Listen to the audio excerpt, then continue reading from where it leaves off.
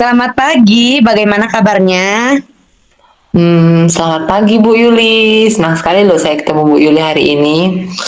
Saya sih baik Bu Yuli, alhamdulillah hari ini. Tapi saya ini lagi butuh teman curhat sepertinya Bu Yuli. Karena ada permasalahan-permasalahan yang sepertinya belum menemukan solusi yang terbaiknya itu seperti apa. Saya masih bingung. Masih bingung melangkah kemana, arahnya kemana Bu. Masya Allah, tentu saya akan mendengarkan dan menghargai keluh kesah Ibu. Mari kita jadikan komunikasi kita ini sebagai ruang untuk menjelajahi solusi bersama. Apakah ada hal khusus yang ingin kita bahas lebih mendalam? Sebelumnya terima kasih sekali Bu Yuli, Bu Yuli sudah memberikan saya waktu, menyempatkan diri untuk mendengar keluh kesah saya. Begini Bu Yuli, saya ini sedikit ada permasalahan di kelas dikarenakan ada salah seorang siswa saya itu sering sekali dia melakukan tindak pembulian di kelas, baik di kelas maupun di lingkungan dia sering sekali melakukan tindak pembulian ini Bu. Baik, apa definisi tujuan akhir yang Ibu inginkan? Saya berharap dengan pembicaraan kita saat ini, Bu ya, saya bisa menemukan solusi dari permasalahan ini. Yang pastinya solusinya itu adalah bagaimana membuat siswa tersebut eh, meyakini bahwa apa yang sudah dilakukan dia itu salah, Bu. Saya ingin dia itu sadar, dia tahu bahwa saya salah dan saya harus berubah. Oke, sekarang mari kita ke tahap identifikasi. Apa yang membuat Ibu merasa sulit dalam menghadapi hal ini? Saya mungkin merasa sulit selama ini karena itu kembali pada diri saya sendiri mungkin Bu ya. Saya selama ini hanya melakukan komunikasi itu satu arah. Saya belum melaksanakan yang namanya home visit, pemanggilan orang tua. Jadi saya hanya berbicara sama dia saja, hanya berbicara sekali-sekali dengan pihak sekolah. Tapi ternyata usaha saya ini sepertinya belum menghasilkan pencapaian yang signifikan, Bu. Coba ceritakan lebih lanjut bagaimana perasaan itu muncul. Ya, perasaan itu muncul ketika saya hampir setiap hari si anak ini melakukan kesalahan dan selalu saja dapat peringatan dari guru lain, dari guru mata pelajaran, bahkan dari kepala sekolah dan itulah yang memunculkan perasaan di diri saya bahwa seharusnya saya juga bukan hanya fokus pada bagaimana dia berubah, tapi saya bagaimana bisa menemukan cara untuk bisa membuat dia berubah ke arah yang lebih baik. Wah, saya sangat paham apa yang Ibu rasakan. Kemudian bagaimana Ibu menghadapi situasi tersebut? Untuk menghadapi situasi ini yang sudah saya lakukan Bu Yuli ya, saya sudah berbicara dengan anak tersebut, hanya saja saya belum melaksanakan pembicaraan lebih lanjut baik kepada rekan sejawat maupun kepala sekolah ataupun juga orang tuanya sendiri Bu. Baik, sekarang mari kita merancang aksi. Apa rencana Ibu dalam mencapai tujuan untuk Ananda ini? Yang apa yang Ibu inginkan?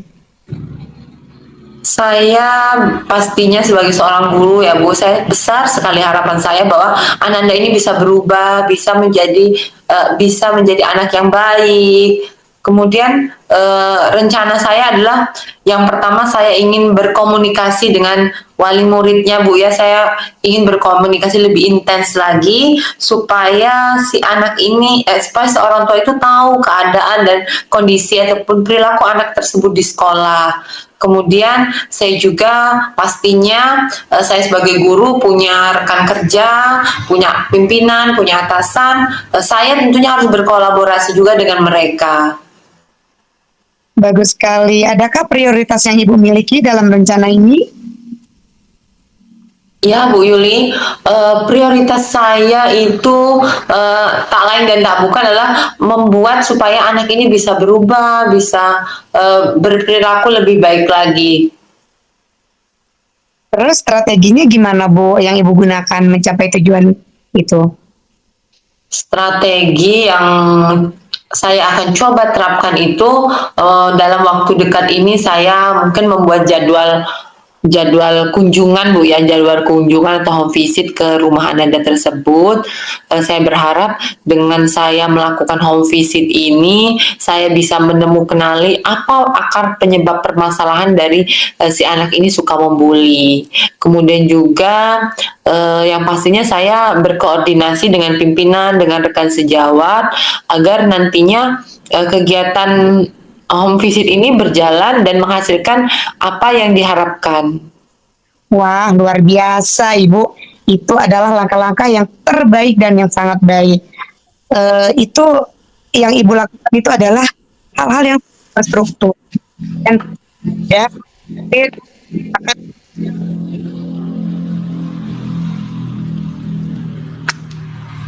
Maaf Bu Yuli, bagaimana Bu Yuli? ya luar biasa Ibu. Langkah-langkah yang Ibu lakukan itu luar biasa, terstruktur dan fokus pada murid. Ibu membantu mengatasi tantangan-tantangan yang lebih efektif. Kemudian, bagaimana Ibu melihat tindak lanjut rencana tersebut?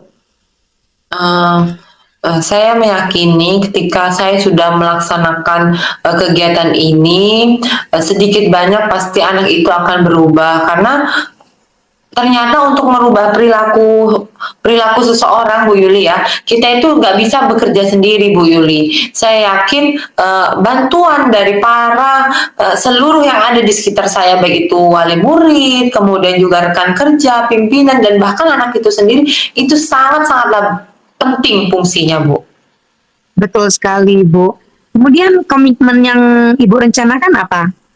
Komitmennya saya ingin membuat jadwal, kemudian juga saya ingin mengukur tingkat keberhasilannya Bu dari program saya ini. Siapa dan apa yang akan membantu Ibu untuk menjaga komitmen tersebut? Yang pastinya karena saya seorang guru Bu ya, saya pasti memerlukan bantuan atau saya pasti berkoordinasi dengan rekan guru, saya juga berkomunikasi dengan kepala sekolah, dan juga saya harus berkomunikasi baik dengan wali murid ananda tersebut. Wah, luar biasa Ibu Erlinda. Semoga dengan apa yang sudah Ibu rencanakan itu bisa menjadi lebih baik untuk tujuannya tepat sasaran. Kemudian semoga diskusi ini juga semakin membuat Ibu semangat lagi. Ya, terima kasih Bu Yuli waktunya, sudah meluangkan waktunya mendengarkan keluh kesah saya, mendengarkan permasalahan yang ada di lingkungan sekolah saya. Iya Ibu.